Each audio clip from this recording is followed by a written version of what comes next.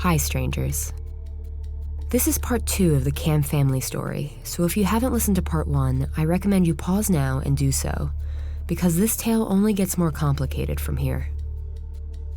For a quick recap, in part 1 I told you the story of Kim and David Camm and their 2 children, Brad and Jill.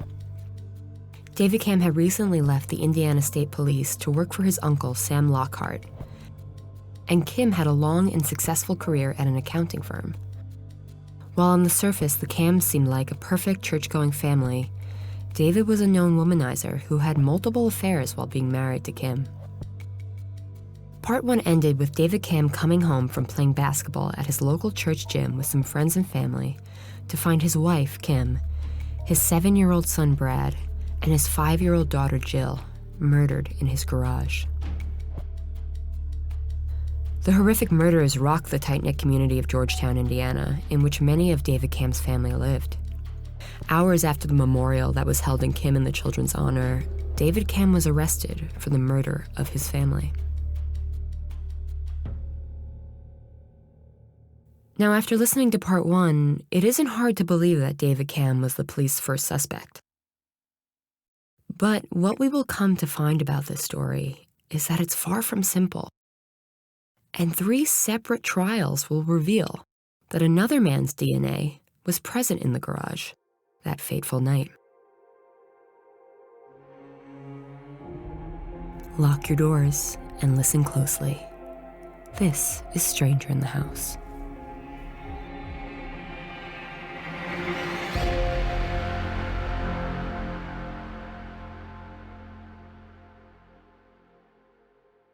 When David Camm left his house to be questioned by police the night of the murders, the officers at the crime scene were just getting started with their investigation.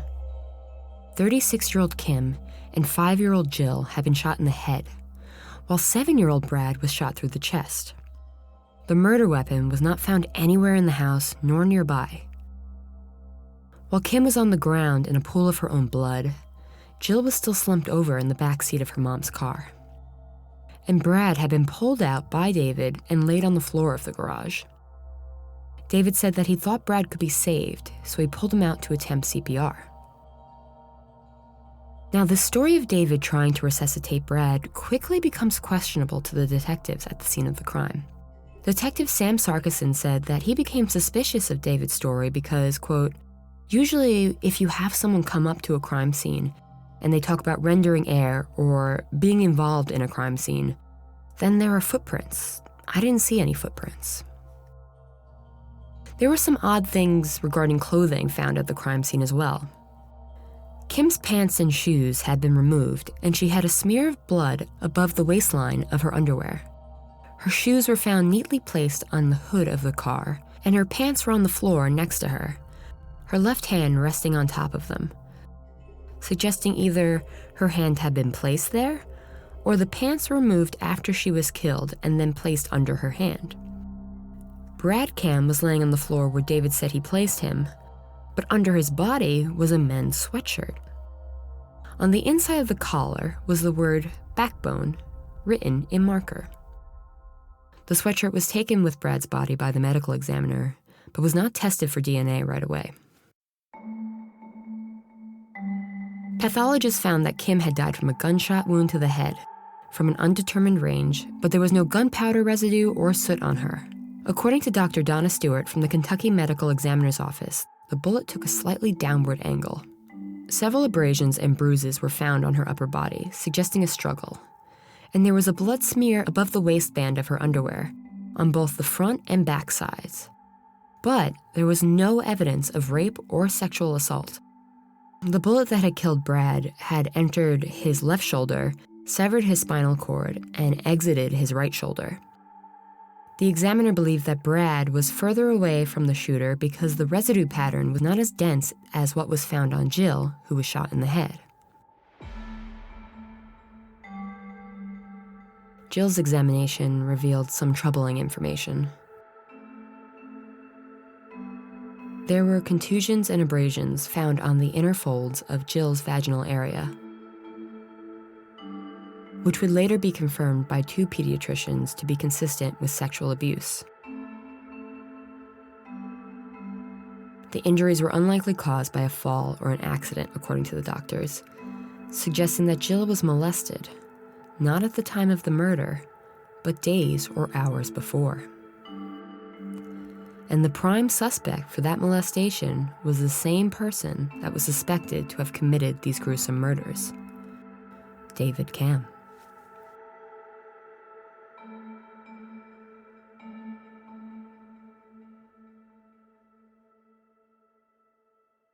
David Camm's trial started on January 14th, 2002. There were two parts to the prosecution's case against David Camm. First, they wanted to show the jury that David's many affairs and being accused of molesting Jill would be enough motive to kill his family. Second, that the evidence collected at the scene of the crime suggested that David was lying about the night's events.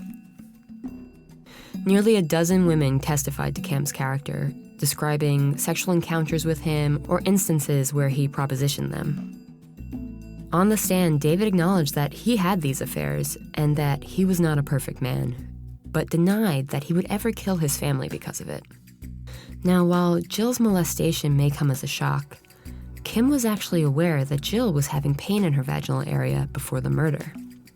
Earlier that year, 5-year-old Jill began to complain to Kim about some soreness in her vaginal area. When Kim checked the area, she said it looked red, like she had a diaper rash. Kim discussed the issue with her mother, Janice, and they thought it might be some sort of rash, possibly caused by some new soaps or detergent, but they couldn't figure it out. A few weeks later, Jill's dance teacher noticed her crying and holding her vaginal area after a recital. When Kim came to pick Jill up, she found out that Jill had seemed to be in great pain, but the why was a complete mystery to her. A former medical examiner was brought up by the defense during the trial, and they said that the injuries found during the autopsy could have been a straddle injury, such as from a kick to the area. But there was no record of an injury that we know of, and Kim had been trying to figure out this issue for a while. 2 different pediatric experts testified that from their expertise, the contusions and abrasions were made in a purposeful way, and that Jill showed signs of sexual abuse. If you remember in part 1, some women had said that David Camm had made strange comments about young girls, such as assuming one of the women he was kissing in his cop car was 16 when she was actually in her 20s. While these comments are creepy, they don't prove that he molested his daughter. But the main problem with the accusation that David was Jill's molester was that the prosecution had no proof that David was the one who abused her. David claimed that he had no idea about Jill's vaginal pain, and the pathologist said that by looking at her injuries, she was likely abused hours before the murder, which to the defense suggested it wasn't David because he was at work for the majority of the day before the murder. Aside from the motive, the prosecution brought in a blood pattern expert, Robert Stites, to prove that the clothes the police had collected off of David the night of the murders suggested that David was the one who shot his family. Stites testified that the 8 specks of Jill's blood found on David Camm's t-shirt could have only gotten there from gunshot blowback. Camm's attorney argued that Jill's blood on his shirt must have been transferred when he reached in the truck for Brad. The defense hired Bart Epstein, a bloodstain expert, and he claimed that the blood splatter on David's shirt occurred because he reached over Jill's body to grab his son. Epstein demonstrated this with wigs containing blood and a shirt similar to the one David was wearing that night to prove it was possible. The autopsies revealed that the time of death was about 8 p.m., which was around the time witnesses at the church said that David sat out a game. The prosecution theorized that Camm left the gym during the only game he sat out, shot his family, and returned before anyone noticed he was gone. The Camm house is only minutes, 3 miles to be exact, from the church.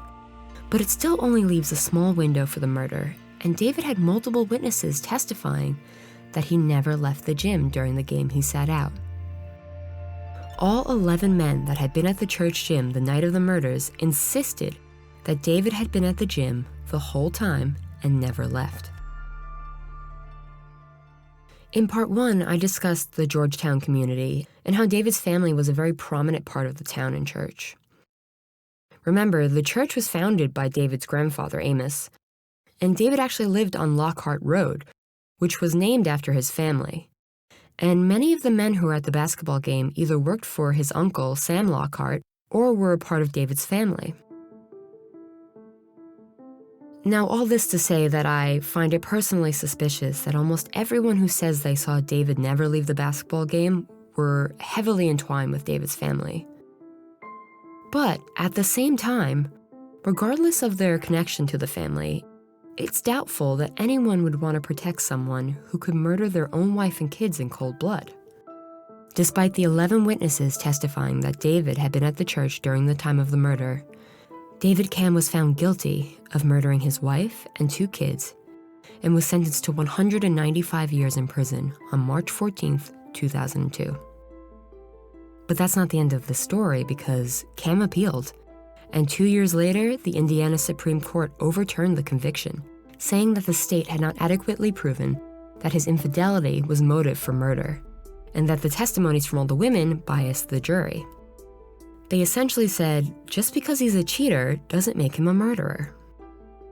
They also warned the next trial judge that allowing the molestation accusations could lead to another reversal because there was no proof that David Camm had molested his daughter. In November of 2004, a new county prosecutor refiled charges against Camm and announced his office would launch a fresh eyes investigation. During this new investigation, all the evidence was reexamined, and that mysterious sweatshirt that was found under Brad's body was looked at more closely. The sweatshirt was gray and had the word backbone handwritten in the collar, and had actually been issued by the Department of Corrections. So why was a prison-issued sweatshirt found under 7-year-old Brad's body? The sweatshirt found under Brad mysteriously didn't belong to anyone in the Camm family, and no one who knew the Camms seemed to know the significance of the word backbone.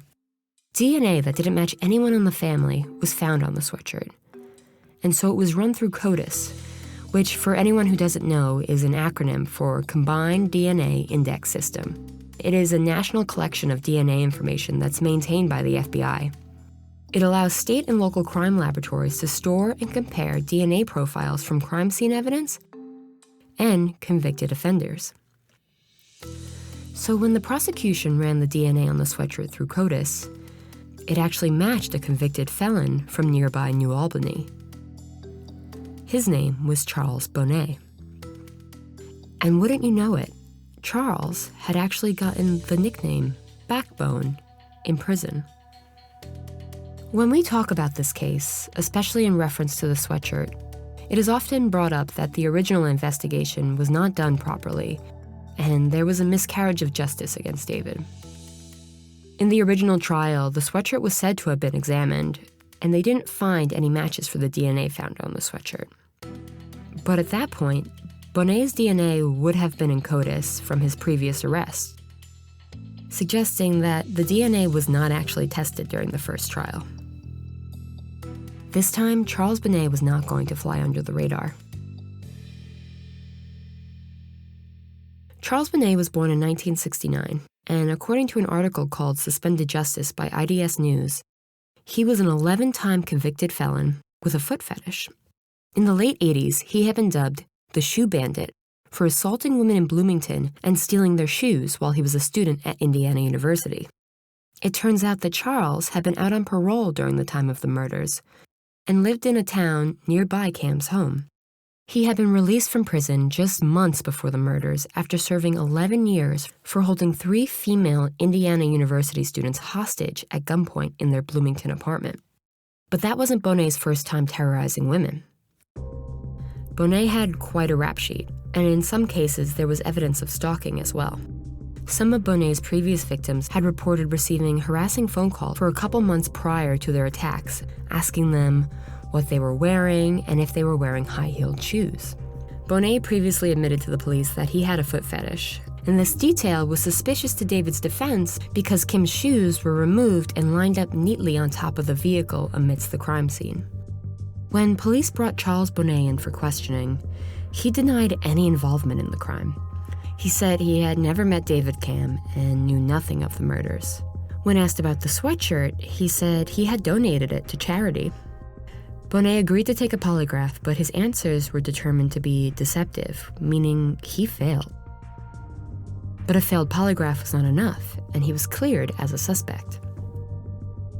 But then, 2 weeks later, during this Fresh Eyes investigation, a palm print was discovered on Kim's vehicle.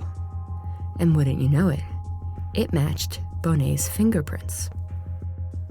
And on March 5th, 2005, Bonet was arrested and charged with murder and conspiracy to commit murder in the Camm case. So was Bonet some stranger to the Camm family that just went into their garage and committed a triple homicide that included 2 children? Was he attempting to assault Kim and take her shoes like his other victims, and the crime got out of hand? Well, according to Bonet, not exactly.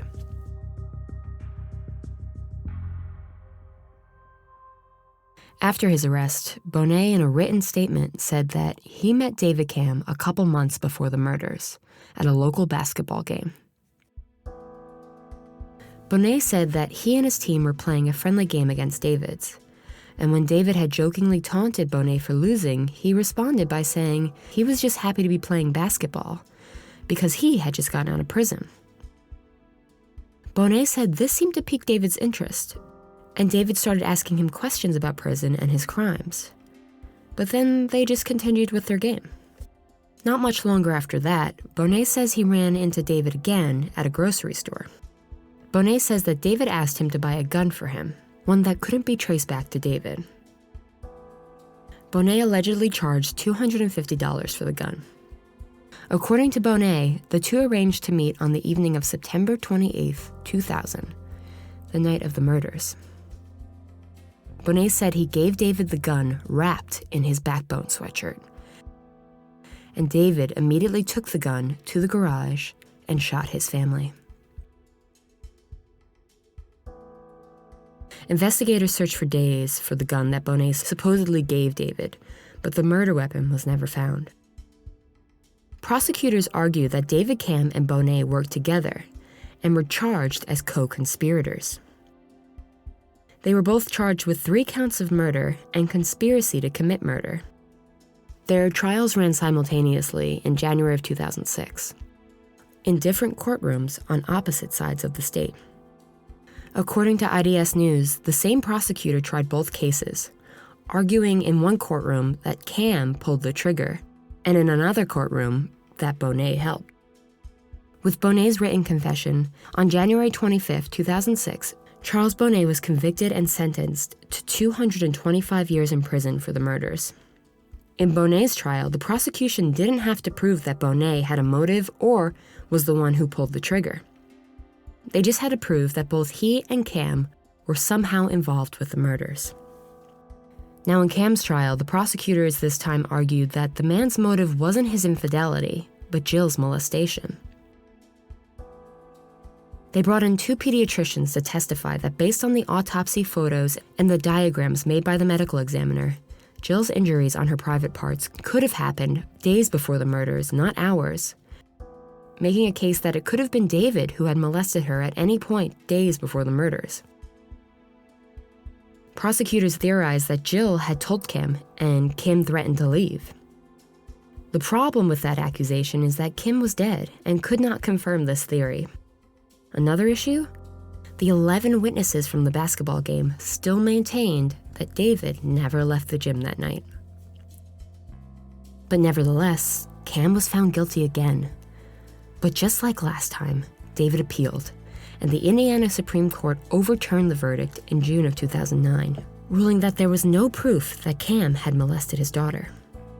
And once again, the state prosecution refiled the murder charges against David Camm in December of 2009.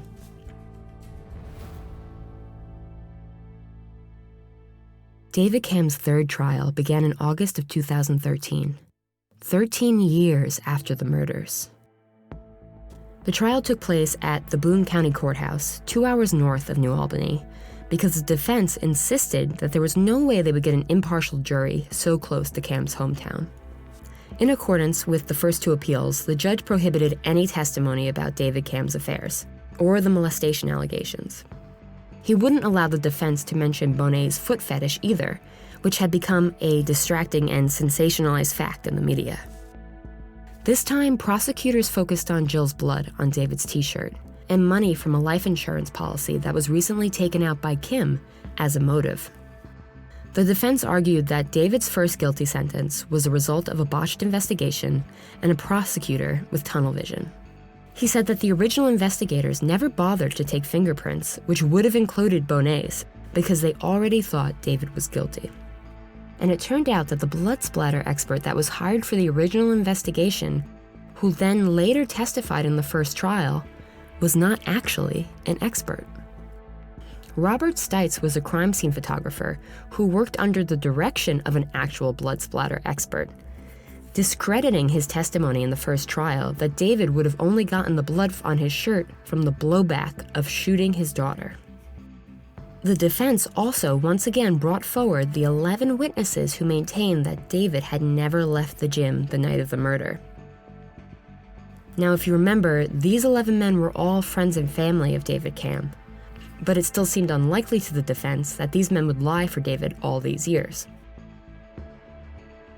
Charles Bonet testified against Camm during this third trial. Bonet maintained his story about meeting Camm at a basketball game and eventually acquiring an untraceable gun for him. Bonet said that as he handed Camm the gun wrapped in his sweatshirt, Kim pulled into the family's garage. According to Bonet, that's when Camm followed her up the driveway and the couple started arguing. Bonet says he heard a pop, then a little boy yelling, "Daddy," followed by another pop, and then a third pop. Bonet said that Camm emerged from the garage and turned the gun on him and tried to shoot, but it jammed. Camm ran towards the house and Bonet chased after him into the garage, but Camm disappeared inside. In the pursuit, Bonet says he ran and tripped over Kim's shoes. Bonet stated that he picked the shoes up and placed them on top of the car. He then leaned against the vehicle to look at Brad and Jill, who were still inside, deceased. He explained that this is why his handprint was found on the vehicle. David's defense attorney went on to paint a very different picture of the night, with Bonet lying in wait for Kim Camm. He said Bonet probably heard Kim come home and accosted her. He mentioned that Bonet probably met or at least saw Kim before because he was a frequent customer of Kareem's Meat Market, which was owned by members of Kim's family. He said that he struggled with Kim and then shot her before or after he shot the kids. But the defense never offered a solid explanation as to why his sweatshirt was left at the scene. The prosecution took the idea that it was left as a calling card or by accident and ripped it apart. Quote, "What do you think? Mr. Bonet is going to come out of jail, go to somebody's house in Georgetown, brutally murder 3 people, and then say, 'Oh, I think I'll take off my sweatshirt that I got from the Department of Corrections and lay it down here by the boy.' Does that make any sense to anybody? It doesn't to me." Charles Bonet's girlfriend at the time of the murder, Mala Singh Mattinley, also testified in Camm's third trial. Her DNA was later found on the Backbone sweatshirt as well as Bonet's. She said on the night of the murder, Bonet left around 6 p.m. and said he was going to help a buddy.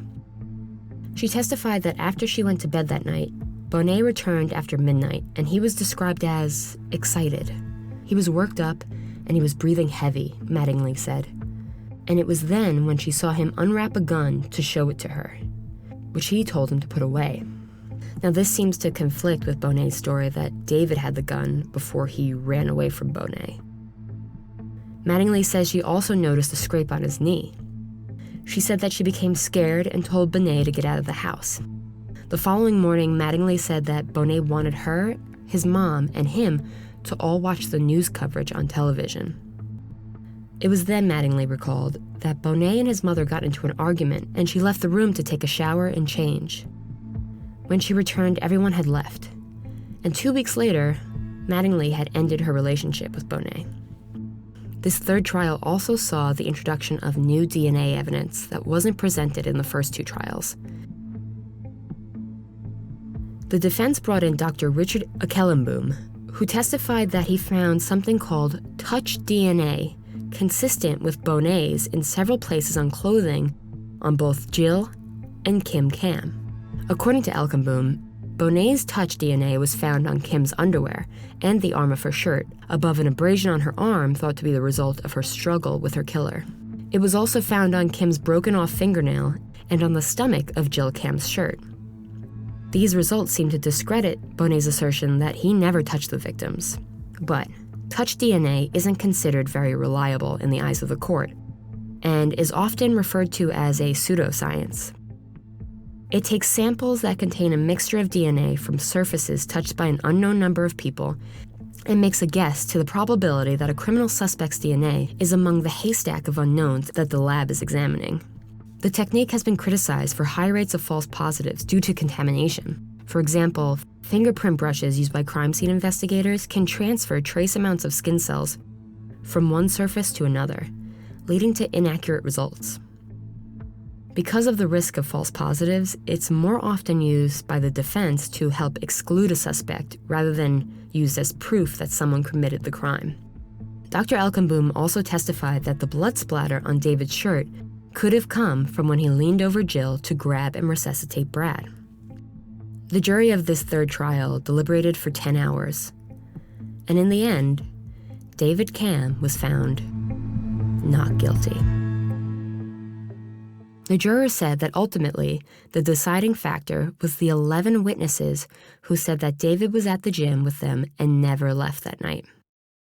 They found it hard to believe that David had convinced 11 people to lie for him and maintain that lie for over a decade. On October 24th, 2013, 13 years after the murders of his wife and kids, David Camm walked free. However, the jury's decision did not change the minds of Kim's parents, who have always believed that David was the one who murdered their daughter and grandchildren. There's room for 4 burial plots where Kim and the children are buried, but David Camm's name was removed from the gravestone long ago by Kim's parents. They didn't want him there. Janice Wren, Kim's mother, knows that Camm has full rights to the plot and assumes he'll put his nameplate back on the gravestone eventually. But at this point, she says, she has turned the issue to God. In 2016, Dr. Richard Elkenboom, who testified in David's third trial about the blood splatter and touch DNA implicating Charles Bonet as the attacker rather than David, was discredited as an expert witness by a Denver judge. A Denver prosecutor got him to admit that he had no direct DNA extraction or analysis experience, that he operates a lab that has not been accredited, and that he personally failed his basic proficiency tests in 2011 and 2012. And he admitted that he was self-trained in running DNA profiles. Elkenboom had testified in other high-profile cases, including Timothy Masters and Casey Anthony. In addition to David Camm, both of those people were acquitted of murder charges. Despite this discovery, David Camm can never be charged with the murder of Kim, Brad, and Jill because of our laws in the U.S. against double jeopardy. Charles Bonet remains in prison for the Camm family murders and still maintains that he was not the one who pulled the trigger that night. In the nearly 22 years since the murders, Bonet's story about what happened that night has changed almost 5 times. But he says it was all in an effort to stay out of the mix and avoid another stint in prison. He maintains to this day that his testimony from the third trial is true. He says that David Camm was the one who killed his family, not him.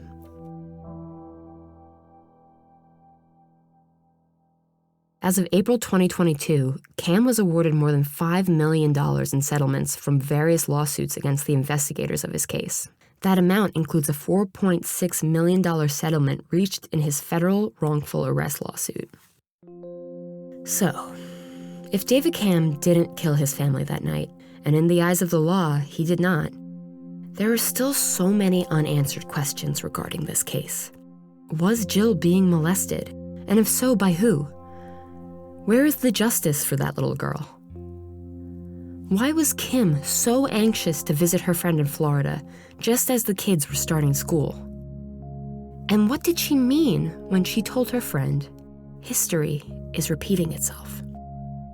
And another question is, why was Charles Bonnet's sweatshirt at the crime scene?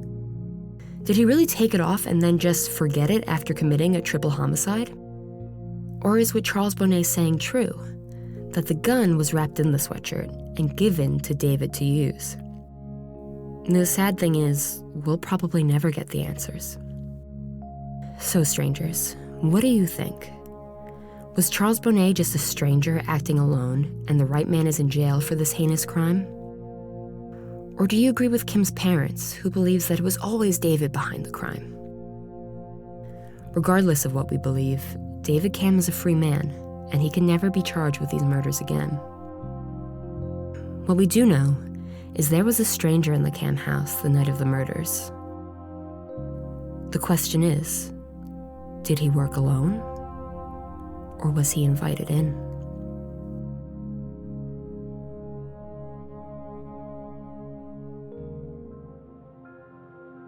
This episode was written by Alexa Morrissey, researched by Victoria Cox, and produced by Michael Morrissey, John Scassia, and Heidi Schwererman. Stranger in the House is a Boy Wonder production. All our sources for this episode will be linked in the bio and on our website, strangerinthehouse.com. But a special thanks to the book, One Deadly Night, A State Trooper, Triple Homicide, and a Search for Justice by John Glatt, and the IDS article, Suspended Justice by Katie Mettler. You can follow us at strangerinthehouse.com, @_strangerinthehouse on Instagram and TikTok, and @_strangerpod on Twitter. Thanks for listening, and stay safe, strangers.